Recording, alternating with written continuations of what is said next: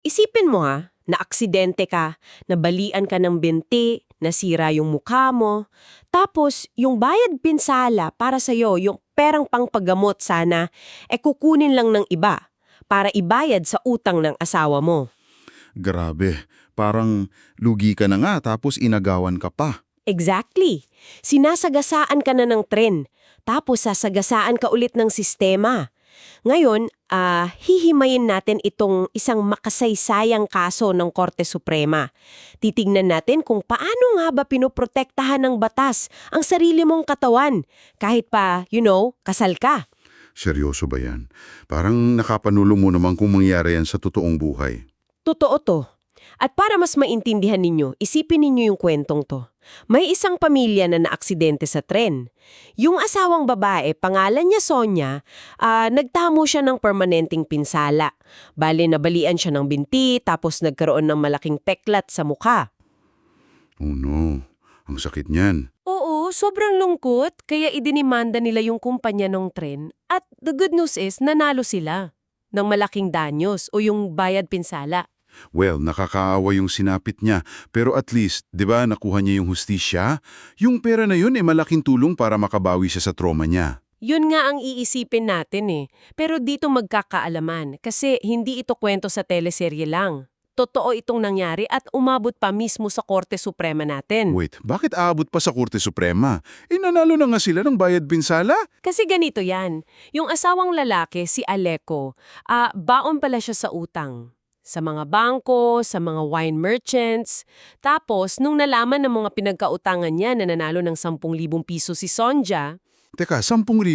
oo, 10,000 at that time napakalaking pera niya So nung nalaman nila, gusto nilang kunin yung pera para ibayad sa utang ng mister niya. Hala, ang naging argumento ba nila dyan is dahil kasal sila? Conjugal property daw yung pera? Tumpak. Sabi nila, uy, mag-asawa kayo, kaya conjugal property yan.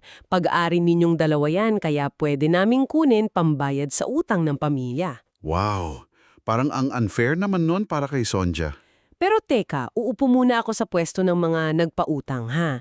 'Di ba kapag kinasal kayo sa batas natin, parang sinasabing isa na kayo. Ang pera ko, pera mo.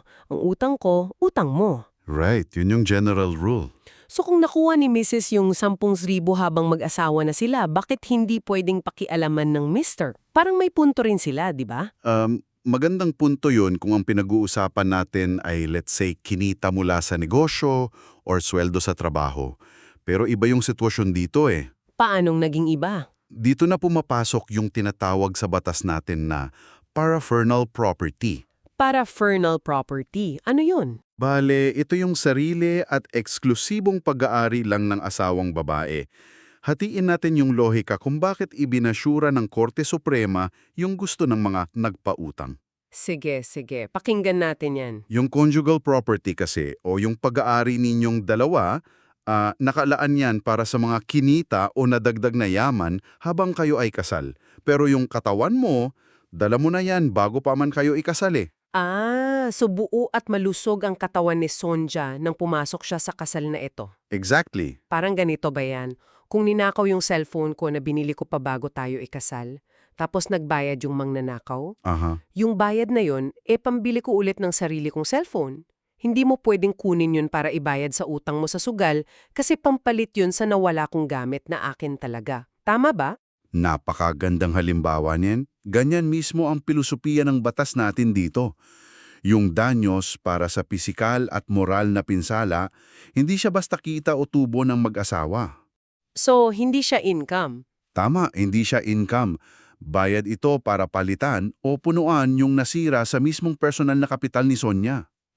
Yung sarili niyang katawan at dangal? Oo, yung 10,000 na yon, kabayaran yun sa sakit, sa piklat at sa pagkapilay niya.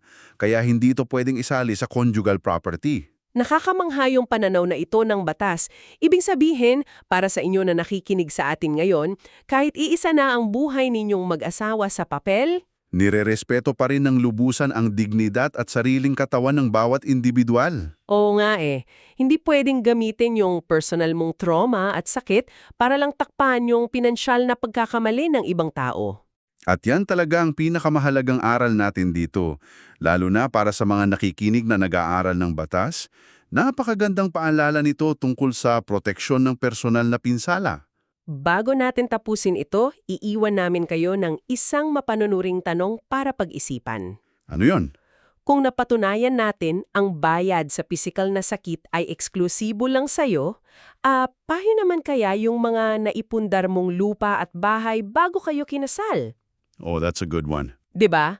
Sa'yo lang din kaya yun o automatic kung hati na kayo ni Mr. or Mrs. pagkatapos ng kasal? Isipin ninyo yan. For entertainment purposes only, not legal advice.